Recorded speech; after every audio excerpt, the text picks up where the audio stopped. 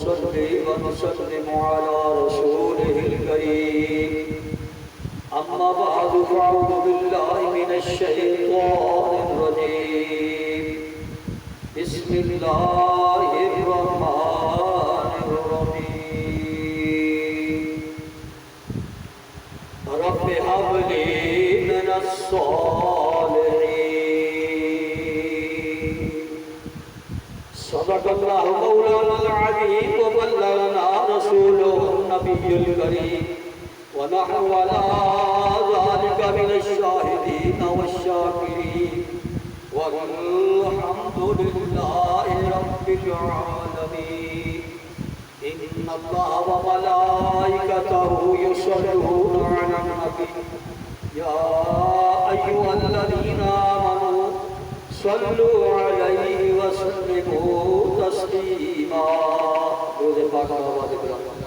الصلاة والسلام عليك يا رسول الله وعلى آلك وصحبك يا حبيب الله حضرات محترم ومعزز سامعین کرام برادران اہل سنت ادب بردگان نگاہ محبت اللہ تعالیٰ جل شانہ ومن والہ وعظم شانہ واتم برہانہ ولا الہ غیرہ کے حمد و ثنا کے بعد آقا انعامدار مدنی تاجدار نور الانوار سر الاسرار شب اسرا کے دولا احمد مجتبی محمد مصطفیٰ صلی اللہ علیہ وآلہ وسلم کی بارگاہ عالیہ میں ہدیہ درود پاک پیش کرنے کے بعد عزیزان گرامی انہی کے مطلب کی کہہ رہا ہوں زبان میری ہے بات ان کی انہی کے مطلب کی کہہ رہا ہوں زبان میری ہے بات ان کی انہی کی محفل سنوارتا ہوں چراغ میرا ہے رات ان کی میں کسی کی ادا کو ادا کر رہا ہوں جن کے در کا قضا ہو ان سے وفا کر رہا ہوں عزیزان گرامی آج کا جو دن ہے عید الاضحیٰ کا دن ہے اور یہ وہ دن ہے کہ جس دن امت مسلمہ ایک عظیم یادگار حضرت سیدنا ابراہیم خلیل اللہ علیہ نبینا صلی اللہ علیہ وسلم کی سنت کو یاد کرتی ہے تو اس لحاظ سے میں آپ کے سامنے اپنے پیر و مرشد سید الاولیاء شہباز خطابت پیر طریقت شاعر مکتوبات امام ربانی حضرت علامہ الحاج پیر محمد سید احمد صاحب مجددی رحمۃ اللہ تعالی علیہ آپ کا جو دیا ہوا سبق ہے وہ آپ کے سامنے دہرانے کی کوشش کر رہا ہوں اللہ رب العزت کی بارگاہ میں دعا ہے اللہ تعالیٰ صحیح معنوں میں بیان کرنے کی توفیق عطا فرمائے اگر کوئی پڑھنے میں کوئی غلطی کوتاہی ہوئی ہو تو صدقہ نبی پاک صلی اللہ علیہ وسلم کا اللہ تعالیٰ معاف فرمائے وہ غفور الرحیم ہے معاف فرمانے والا ہے اور آپ میری اصلاح فرمائے عزیزان گرامی آپ کے سامنے قرآن حکیم کی ایک آیت مبارکہ تلاوت کرنے کا شرف حاصل ہوا رب ہب لی من الصالحین عزیزان گرامی اللہ رب العزت جل وعلا شانہ کا یہ اصول ہے کہ وہ اپنے بندوں کو آزماتا ہے جب اس کا بندہ امتحان میں کامیاب ہو جاتا ہے آزمائش پر پورا اترتا ہے تو اللہ تعالیٰ اس بندے پر اپنی نوازشات کی بارشیں برسا کر انعامات سے بھی نوازتا ہے تو یہی قانون اللہ تعالیٰ نے انبیاء کرام پر بھی جاری فرمایا ہے۔ مثلا جد الانبیاء حضرت سیدنا ابراہیم خلیل اللہ علیہ نبی علیہ السلام کے متعلق اللہ تعالیٰ نے قرآن پاک میں ارشاد فرمایا وَإِذِ ابْتَلَىٰ إِبْرَاهِيمَ رَبُّهُ بِكَلِمَاتٍ فَأَتَمَّهُنَّ۔ اللہ تعالیٰ فرماتے ہیں کہ جب ہم نے ابراہیم کو امتحان میں ڈالا اور امتحان میں کامیاب ہو گئے، آزمائش پر پورا اترے، تو ہم نے ابراہیم کو انعامات سے یوں نوازا ہے انی جاعلک للناس اماما۔ ہم نے ابراہیم کو منصب امامت عطا فرمایا ہے، سلام علی ابراہیم۔ ہم نے ابراہیم پر نار کو گلزار بنا دیا، وَفَدَيْنَاهُ بِذِبْحٍ عَظِيمٍ۔ ہم نے ابراہیم کے لیے ذبح عظیم کو فدیہ بنا دیا، وَكَذَلِكَ نَجْزِي الْمُحْسِنِينَ۔ ابراہیم ہمارے محسنین میں سے ہے۔ اللہ تعالیٰ نے محسنین ہونے کا ملکہ جاؤں فضا سنا دیا۔ قَدْ كَانَتْ لَكُمْ أُسْوَةٌ حَسَنَةٌ فِي إِبْرَاهِيمَ۔ ہم نے ابراہیم کو خلق کے لیے نمونہ بنا دیا ہے۔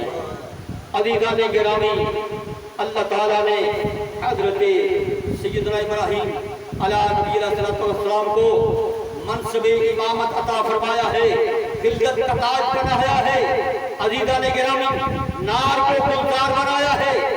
تو یہ انعامات اللہ تعالیٰ نے حضرت ابراہیم علیہ نبی السلام کو عطا فرمائے ہیں۔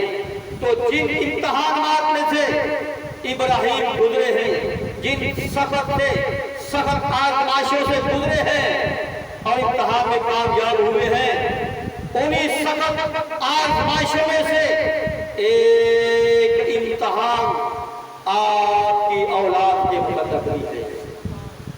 عزیزان گرامی، حضرت سیدنا ابراہیم علیہ نبی علیہ السلام آپ کے ہاں اولاد نہ تھی، جوانی گزر گئی، بڑھاپا آ گیا، مگر اولاد نہ ہوئی۔ ایک دن حضرت سیدنا ابراہیم علیہ نبی علیہ السلام نے آپ کے دل سے ایک حوق اٹھتی ہے، اللہ کی بارگاہ میں ہاتھ بلند کر کے ایک دعا مانگتے ہیں، رب ہب لی من الصالحین، یا اللہ مجھے ایک صالح نیک بیٹا عطا فرما۔ عزیزان گرامی، اللہ تعالیٰ نے آپ کی دعا کو قبول فرمایا ہے اور آپ کو بیٹا عطا فرمایا۔ عزیزان گرامی، قرآن کریم کا مطالعہ کرنے سے یہ بات واضح ہوتی ہے کہ اللہ تعالیٰ کی بارگاہ سے جنہوں نے اولاد کے لیے دعا مانگی ہے وہ دو نبی ہیں جنہوں نے اللہ کی بارگاہ میں ہاتھ بلند کیے ہیں، اولاد کے لیے دعا مانگی ہے۔ ایک حضرت ابراہیم علیہ نبی علیہ السلام ہیں اور دوسرے حضرت زکریا علیہ نبی علیہ السلام ہیں جنہوں نے خدا کی بارگاہ میں بڑھاپے کی عمر میں جا کر دعا مانگی ہے۔ تو اللہ تعالیٰ نے دونوں کو اولاد سے نوازا ہے، دونوں کو بیٹے عطا ہوئے ہیں اور ان کا ذکر اللہ نے قرآن میں بیان کیا۔ عزیزان گرامی، حضرت زکریا علیہ نبی علیہ السلام، حضرت مریم سلام اللہ علیہا، آپ کے ہاں جب آپ نے بے موسم پھل دیکھے تو حضرت زکریا علیہ نبی علیہ السلام نے پوچھا، یا مریم انا لک ھذا، اے مریم ذرا یہ تو بتا کہ یہ بے موسم پھل کہاں سے آئے ہیں؟ اللہ اکبر۔ حضرت مریم سلام اللہ علیہا کہتی ہے کہ ہو من عند اللہ، یہ پھل جو ہے یہ اللہ کی طرف سے آئے ہیں۔ اللہ اکبر، یہ پھل اللہ کی طرف سے آئے ہیں۔ حضرت زکریا علیہ السلام نے سوچا کہ جو ذات مریم کو بے موسم پھل عطا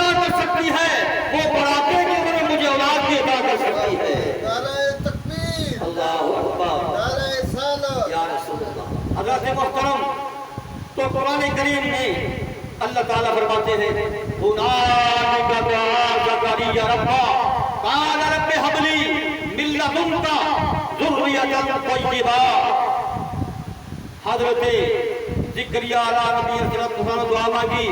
هُنَالِكَ قرآن کے یہ لفظ ہے کہ حضرت زکریا نے اسی جگہ پر اسی مقام پر دعا مانگی ہے، اے اللہ مجھے طیب و طاہر بیٹا عطا فرما۔ تو پتہ چلا کہ جہاں حضرت زکریا علیہ السلام نے دعا مانگی ہے وہ کوئی مسجد کا حصہ نہ تھا، بلکہ وہ جگہ تھی جو مریم کا حجرہ تھا، مریم کا قیام گاہ تھی۔ لہذا پتہ چلتا ہے مقدس مقامات پر دعا مانگنا یہ انبیاء کی سنت ہے، یہ بدعت والی بات نہیں۔ لہذا نبیوں کے آستانوں کے، فقیروں کے، ولیوں کے مقامات پر دعائیں مانگنا اور وہ حجر شریف کے سامنے کھڑے ہو کر دعا مانگنا، گنبد خضرا کے سامنے کھڑے ہو کر دعا مانگنا یہ قبولیت کے لیے اکثیر ہے۔ حضرت محترم اللہ رب العزت جل وعلا شانہ نے فرمایا اے زکریا اِنَّا نُبَشِّرُكَ بِغُلَامٍ اسْمُهُ یحییٰ، اے زکریا ہم تجھے ایک ایسے بیٹے کی بشارت دیتے ہیں جس کا نام یحییٰ ہوگا۔ اللہ اکبر۔ حضرت زکریا علیہ السلام کو اللہ تعالیٰ نے ایک بیٹے کی خوشخبری سنائی، بشارت دی کہ ایک بیٹا ہوگا جس کا نام یحییٰ ہوگا۔ تو عزیزان گرامی حضرت ابراہیم علیہ نبی علیہ السلام نے دعا مانگی رب ہب لی من الصالحین، اے اللہ مجھے نیک صالح بیٹا عطا فرما۔ اللہ رب العزت جل وعلا شانہ فرماتے ہیں اے ابراہیم تیری دعا قبول ہے مگر تھوڑی سی تمیم ہے، کون کہتا ہے کہ انبیاء کی دعائیں قبول نہیں ہوتی؟ عزیزان گرامی ہمارا یہ ایمان ہے کہ نبیوں کی دعائیں کبھی رد نہیں ہوتی، یہ ایک الگ مسئلہ ہے، یہ الگ بات ہے کہ حکمت کے تحت دعاؤں میں تاخیر ہو جائے یا اللہ رب العزت اس دعا میں ترمیم کرنا چاہتے ہیں، ترمیم ہو سکتی ہے مگر دعائیں جو ہوتی ہیں وہ رد نہیں ہوتی، قبول ہوتی ہیں۔ یعنی کہ اگر کوئی نبی اللہ سے دعا مانگتا ہے تو یہ کبھی نہیں ہو سکتا کہ نبی مانگے اور خدا نہ دے، مگر اللہ رب العزت جل وعلا شانہ نے جو ترمیم فرمائی ہے اے ابراہیم تو نے بیٹا مانگا ہے، صالح مانگا ہے، اللہ تعالیٰ نے فرمایا کہ فَبَشَّرْنَاهُ بِغُلَامٍ حَلِيمٍ، اے ابراہیم ہم نے تجھے ایسا بیٹا عطا فرمائیں گے جو صبر والا ہوگا، حلم والا ہوگا۔ عزیزان گرامی اس میں حکمت یہ تھی، اس ترمیم میں حکمت یہ تھی کہ ابراہیم نیک ہونے کے ساتھ ساتھ وہ صبر والا بھی ہوگا، کیونکہ جو اللہ تعالیٰ نے اس بیٹے سے کام لینا تھا اس میں صبر والا ہونا ضروری تھا۔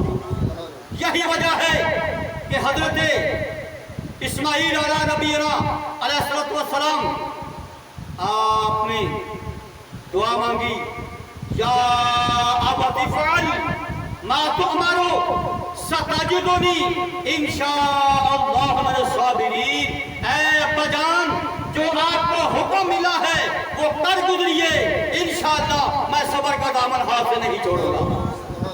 عزیزان گرامی اللہ تعالیٰ نے ایسے بیٹے کی خوشخبری دی کہ فَبَشَّرْنَاهُ بِغُلَامٍ حَلِيمٍ، وہ بیٹا حلیم ہوگا، صبر والا ہوگا۔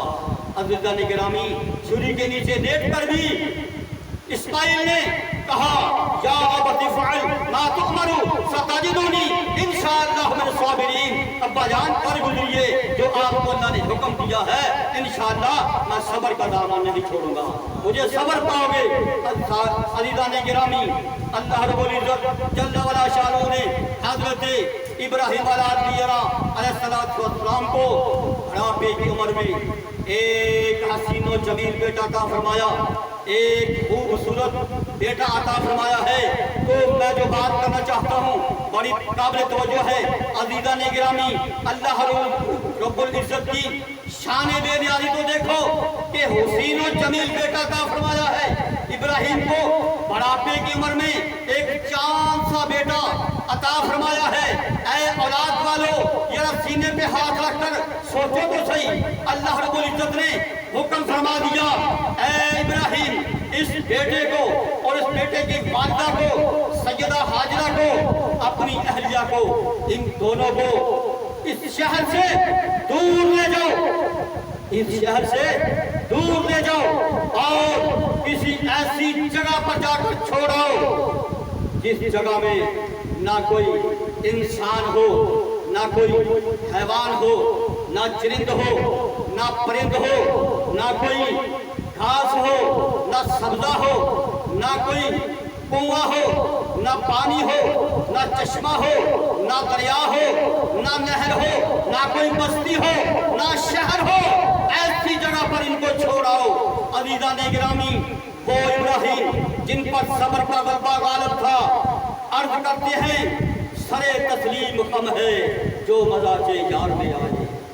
مولا مجھے تسلیم ہے، حضرت ابراہیم علیہ نبی السلام ایک ایسی وادی پر لے گئے اور اس وادی کے متعلق حضرت علامہ حضرت حفیظ جلندری اس وادی کو یوں بیان فرماتا ہے کہ یہ وادی بظاہر ساری دنیا سے نرالی تھی، یہ وادی بظاہر ساری دنیا سے نرالی تھی، یہی ایک روز دین حق کا مرکز بننے والی تھی۔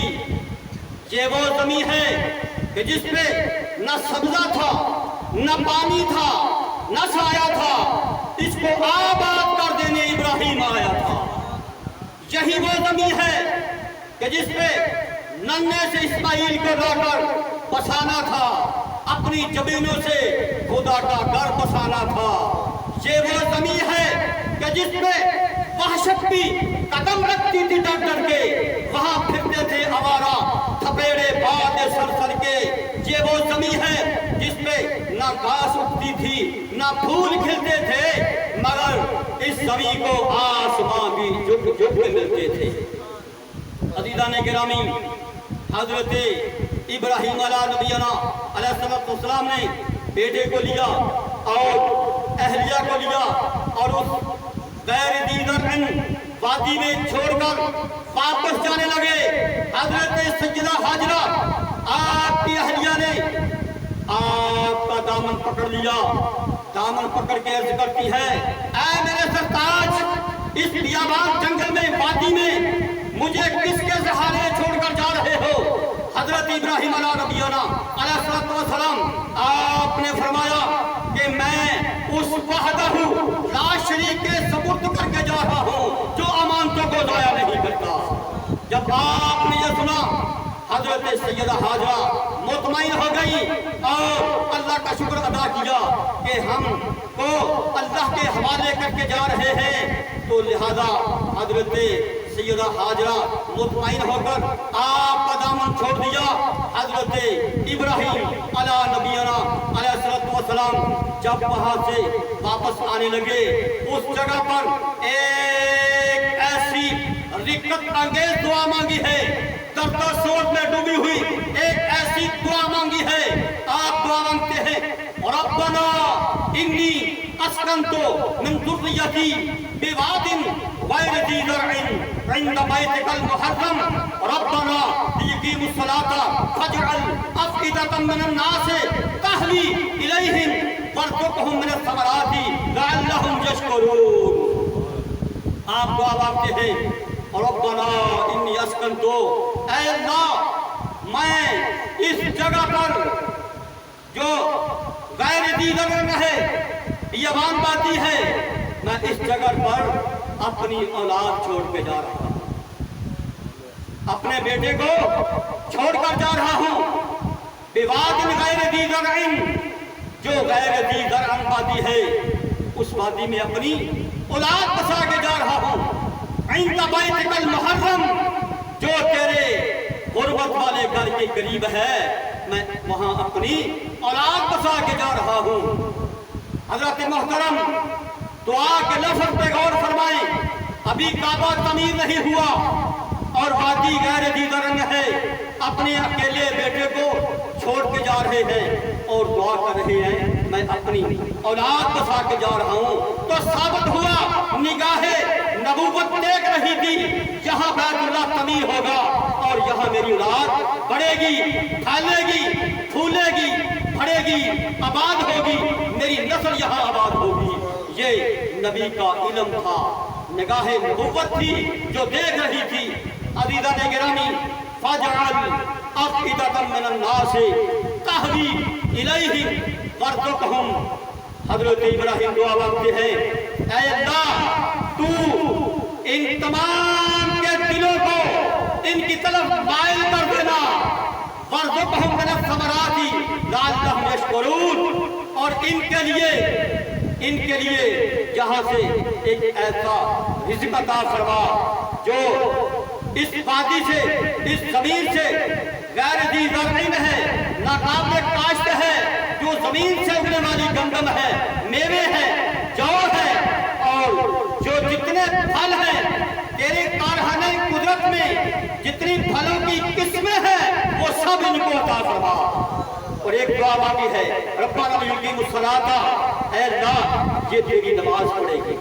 عزیزان گرامی، نماز کی بھی تلقین کی ہے، میری اولاد یہاں عبادت و ریاضت کرے گی، تو ان کے لیے دلوں کو ان کی طرف مائل کر دینا، اور فرمایا وَارْزُقْهُمْ مِنَ الثَّمَرَاتِ، ان کے لیے پھلوں کا رزق عطا فرما، لَعَلَّهُمْ يَشْكُرُونَ، تاکہ یہ تیرا شکر ادا کریں، تاکہ یہ تیرا شکر ادا کریں۔ عزیزان گرامی، آج بھی حضرت سیدنا ابراہیم علیہ نبینا علیہ السلام کی دعاؤں کا اثر دیکھا جا سکتا ہے۔ آج بھی کئی ہزار سال گزر چکے ہیں، آج بھی جو خوش نصیب مکے میں جاتے ہیں، بیت اللہ کو زیارت کرتے ہیں، وہاں کی زمین آج بھی ناقابل کاشت ہے، کھیتی باڑی نہیں ہوتی، مگر جہاں مکے والوں کو جتنا رزق مل رہا ہے، جتنی قسموں کا پھل مل رہا ہے، جتنے بے موسم پھل مل رہے ہیں، شاید ہی دنیا کے کسی خطے کو ایسا پھل مل رہا ہو جیسا پھل مکے والوں کو مل رہا ہے۔ عزیزان گرامی، یہ سیدنا ابراہیم علیہ نبی السلام کی دعاؤں کا اثر ہے جو آج بھی دیکھا جا سکتا ہے۔ عزیزان گرامی، حضرت سیدنا ابراہیم علیہ نبی علیہ السلام نے اللہ رب العزت کی بارگاہ سے دو نبیوں کو مانگا ہے، دو نبیوں کو اللہ کی بارگاہ سے مانگا ہے، ایک اسماعیل نبی کو مانگا ہے، ایک محمد عربی کو مانگا ہے۔ اللہ تعالیٰ نے دونوں نبیوں کو عطا فرمایا اور ابراہیم کی دعاؤں کو قبول کیا ہے، دونوں کا ذکر قرآن میں موجود ہے۔ اللہ تعالیٰ کی بارگاہ سے حضرت ابراہیم نے ایک زمزم والا مانگا ہے، ایک آب کوثر والا مانگا ہے، ایک اسماعیل ذبیح اللہ مانگا ہے، ایک حبیب اللہ مانگا ہے، اور اللہ تعالیٰ نے دونوں عطا فرمائے ہیں، حبیب اللہ بھی دیا ہے اور ذبیح اللہ بھی دیا ہے۔ حضرت محترم حضرت سیدنا ابراہیم علیہ نبینا علیہ السلام، آپ نے جب کعبے کی تعمیر کی ہے، جب اسماعیل جوان ہوئے ہیں، دونوں باپ بیٹا نے مل کر کعبے کی تعمیر کی ہے۔ جب کعبہ تعمیر ہو چکا ہے تو کعبے کے صحن میں کھڑے ہو کر حضرت اسماعیل حضرت ابراہیم علیہ نبینا علیہ السلام نے اللہ رب العزت کی بارگاہ میں دعا کی ہے، ربنا وابعث فیہم رسولا منہم یتلو علیہم آیاتک ویعلمہم الکتاب والحکمت ویزکیہم۔ اے اللہ، میں نے تیرے گھر کی تعمیر کی ہے، تیرے گھر کو تعمیر کیا ہے، میں اس کے بدلے میں کوئی وزارت نہیں مانگتا، کوئی عمارت نہیں مانگتا، میں کوئی سیادت نہیں مانگتا، میں دولت نہیں مانگتا، تخت نہیں مانگتا، تاج نہیں مانگتا، میں شہنشاہی نہیں مانگتا، میں بادشاہی نہیں مانگتا، میں اس تعمیر کے سلسلے میں میں تجھ سے مانگتا ہوں کہ یا اللہ میں نے کعبے کو تعمیر کیا ہے، اس کو بسانے کے لیے اپنا محبوب بھیج دے، اس میں اپنا محبوب بھیج دے۔ اللہ تعالیٰ نے فرمایا اے ابراہیم تیری دعا قبول ہے، لیکن تھوڑی سی ترمیم ہے، تھوڑا سا فرق ہے۔ تم نے مانگا ہے کہ پہلے قرآن سکھائے، حکمت سکھائے، پھر پاک بنائے۔ اللہ تعالیٰ فرماتے ہیں لَقَدْ مَنَّ اللَّهُ عَلَى الْمُؤْمِنِينَ إِذْ بَعَثَ فِيهِمْ رَسُولًا مِّنْ أَنفُسِهِمْ يَتْلُو عَلَيْهِمْ آيَاتِهِ وَيُزَكِّيهِمْ وَيُعَلِّمُهُمُ الْكِتَابَ وَالْحِكْمَةَ۔ اللہ تعالیٰ فرماتے ہیں کہ لوگ کہیں گے اے ابراہیم کہ پاک تو قرآن کرتا ہے، پاک کو قرآن کرتا ہے، مگر پاک کرنا صاحب قرآن کا کام ہے۔ عزیزان گرامی، کیونکہ ناپاک جو ہے لا یمسہم الا المطہرون، ناپاک جو ہے وہ قرآن کو چھو نہیں سکتا۔ تو عزیزان گرامی، میرے آقا تاجدار مدینہ صلی اللہ علیہ وآلہ وسلم نے فرمایا کہ آخری زمانے میں ایک ایسی قوم آئے گی جو قرآن تو پڑھے گی مگر قرآن ان کے حلق سے نیچے نہیں اترے گا۔ یقرؤون القرآن لا یجاوز حدودہم، قرآن تو بڑا پڑھیں گے مگر ان کے دلوں تک نہیں پہنچے گا، حلقوں سے نیچے قرآن نہیں اترے گا۔ عزیزان گرامی، پتہ چلتا ہے کہ ہر کوئی قرآن پڑھنے والا پاک نہیں ہوتا، کیونکہ پاک جو ہوتا ہے وہ نگاہ نبوت سے ہوتا ہے۔ قرآن جو پاک اگر پاک کرتا ہے تو پاک کرنا صاحب قرآن کا کام ہے، قرآن پاک نہیں کرتا، صاحب قرآن پاک کرتا ہے۔ تو یہ ترمیم تھی اس دعا میں کہ پاک کرنا صاحب قرآن کا کام ہے، وہ آ کے قرآن پڑھائے گا اور حکمت سکھائے گا، لوگوں کو پاک بنائے گا۔ تو اللہ تعالیٰ فرماتے ہیں یہ پہلے پاک بنائے گا پھر قرآن سکھائے گا۔ عزیزان گرامی، حضرت ابراہیم علیہ نبینا علیہ السلام نے مکے والوں کے لیے برکت کی دعا مانگی ہے، ان کے لیے رزق کے لیے دعا مانگی ہے۔ اور آئیے میرے آقا تاجدار مدینہ والضحیٰ کے چہرے والے، واللیل کی زلفوں والے، ماذا کے کاجل والے، علم نشرح کے سینے والے، اربعین کے بازو والے، یعملوں کا کی جام والے، وما ینطق کی زبان والے، پیارے آقا صلی اللہ علیہ وآلہ وسلم نے ایک دعا مانگی ہے، کیونکہ ابراہیم نے مکے کو حرم بنایا ہے، میرے آقا صلی اللہ علیہ وسلم نے مدینے کو حرم بنایا۔ آپ نے فرمایا اللہ اکبر، نعرہ رسالت، یا رسول اللہ، نعرہ حیدری، یا علی۔ مکے والوں کے لیے ابراہیم نے دعا مانگی ہے، مدینے والوں نے تاجدار مدینہ صلی اللہ علیہ وآلہ وسلم نے دعا مانگی ہے۔ آپ نے دعا مانگی ہے اللہم اجعل بالمدینہ ضیفی ما جعلت بمکہ من البرکۃ، یا اللہ جتنی برکتیں تو نے مکے والوں کو عطا فرمائی ہیں اس سے دگنی برکتیں مدینے کو عطا فرما، اس سے دگنی برکتیں مدینے والوں کو عطا فرما، مدینے کے دکانداروں کو برکت عطا فرما، مدینے کے تاجروں کو برکت عطا فرما۔ یہی وجہ ہے مکہ بھی شان والا ہے، مدینہ بھی شان والا ہے، مکہ بھی عظمت والا ہے، مدینہ بھی عظمت والا ہے۔ یہی وجہ ہے مکہ بھی احترام کے لائق ہے، مدینہ بھی احترام کے لائق ہے۔ مکہ بھی انوار کا مرکز ہے، مدینہ بھی انوار کا مرکز ہے۔ مکہ بھی حرم ہے، مدینہ بھی حرم ہے۔ مکہ حرم خلیل ہے، مدینہ حرم حبیب ہے۔ مکے میں عرفات ہے، مدینے میں نجات ہے۔ مکے میں حجر اسود ہے، مدینے میں صدائے سرمد ہے۔ مکے میں صفا و مروہ ہے، مدینے میں گنبد خضرا ہے۔ مکے میں اللہم لبیک ہے، مدینے میں الصلاۃ والسلام علیک ہے۔ مدینے میں فضل ربانی ہے، مدینے میں رکن یمانی ہے۔ حضرات محترم، مکہ طوافوں کا شہر ہے، مدینہ درودوں کا شہر ہے۔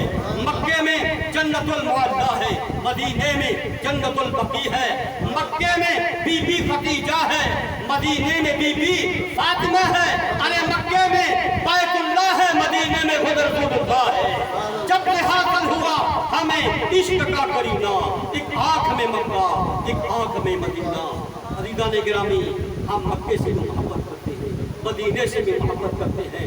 تو عزیزان گرامی، آج بھی اس محفل پاک میں جو ذکر اذکار کیا گیا، اللہ رب العزت کی بارگاہ میں دعا ہے، آج عید الاضحیٰ کا دن ہے، سیدنا ابراہیم علیہ نبی السلام کی یاد میں یہ محفل سجائی گئی ہے، تو میں اس محفل کے صدقے، اس محفل کے ذکر اذکار کے جو ہوا ہے، تمام کا ذکر اذکار اور جو کچھ آپ نے پڑھا ہے، میں اپنے بھائی محمد سعید جو اس دنیا سے رخصت ہو چکے ہیں، اس دنیا سے وفات پا چکے ہیں، ان کے مقصد کے لیے میں آپ سے گزارش کروں گا کہ تمامی حضرات ان کے سال ثواب کے لیے دعائے خیر فرمائیں، ایک دفعہ شریف اور 3 دفعہ کل شریف فرما کر ان کے لیے دعا فرمائیں۔